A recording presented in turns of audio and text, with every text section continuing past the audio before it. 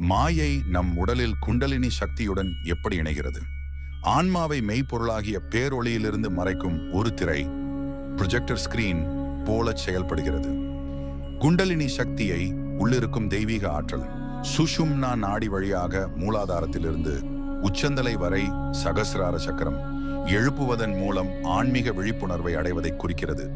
இது தியானம், பிராணாயாமம், யோகாசனங்கள் மூலம் அகங்காரத்தின் பிடியிலிருந்து விடுபட்டு பிரம்மத்துடன், உண்மையான சுயத்துடன் இணைவதே ஆகும். குண்டலினி என்பது முதுகெலும்பின் அடிப்பகுதியில் சுருண்டு படுத்திருக்கும் பாம்பை போன்ற ஒரு சக்தி.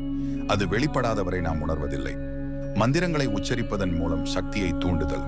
குண்டலினி விழிக்கும் போது இந்த மாயை விலகி நாம் உண்மையிலேயே பிரம்மத்துடன் ஒன்று என்ற உணர்வு ஏற்படும். இதுவே ஞானம். மாயையை கடந்து குண்டலினி சக்தியை எழுப்புவதன் மூலம் யோகிகள் அகங்காரத்தையும் பிரபஞ்ச உண்மையையும் இணைத்து உண்மையான ஞானத்தையும் விடுதலையையும் அடைகிறார்கள்.